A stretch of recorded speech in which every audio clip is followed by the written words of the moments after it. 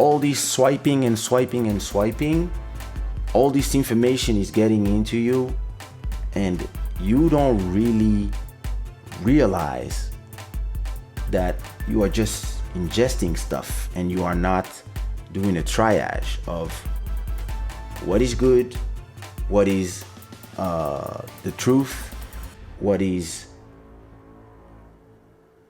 do you have to check. Some stuff you have to fact check, and sometimes some stuff you have to think about it. But because of people are receiving like all this information, what do? They just receive the information and then they pass the information. This is why I always say that WhatsApp is the most dangerous of them all, because on WhatsApp you receive stuff, and the first thing you do is you share it to your friends, you share it to your groups, because you have something. Let me share it to the groups. And the groups, if you have a group with 200 people or 20 people or 50 people, what they do, they send it to their groups, and anything you put in there can arrive in China or Azerbaijan or Africa in a second, because we are in groups with people from a lot of countries, and then information travels at the speed of light, but so does disinformation, so does the truth, so does the lies. Listen, I'm a famous person, and listen, the number of things that I heard about me that were completely not true, but that just on the internet, like, it goes so fast that sometimes you're like, yo, I heard that I was gay. I heard that I was on drugs.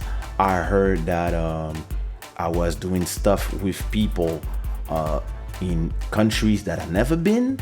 And I even heard 2 times rumors that I was dead.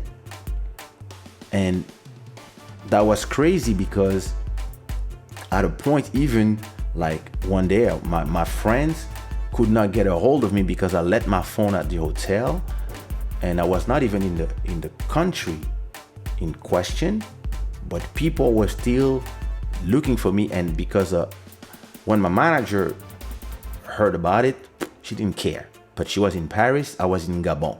But people were telling that I got shot in Kinshasa.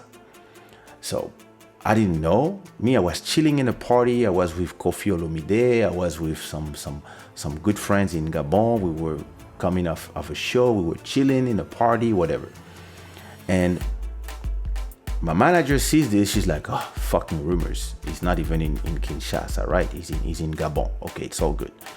But then another friend of mine that was somewhere else saw the rumor and calls my manager and say, yo, did you hear the news? And like, do you have any news? And she's like, nah, listen, he's not even in that country, but are you sure? Yeah, I talked to him 2 days ago.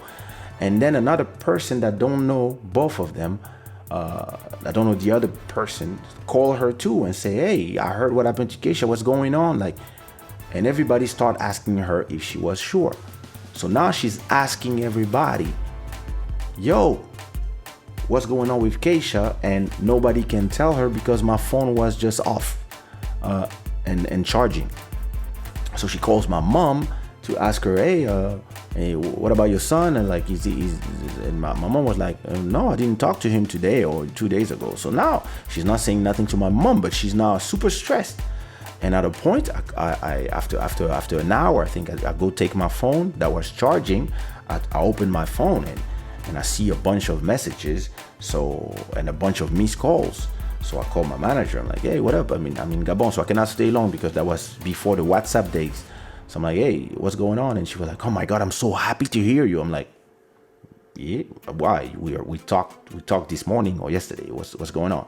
Listen, there's a big rumor on the internet that you died. I'm like, the fuck?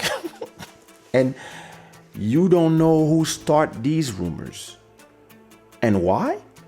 Because it makes no sense. But people start rumors all the time about people that are famous, about people that they don't like, about people that are not famous, about people that are bored.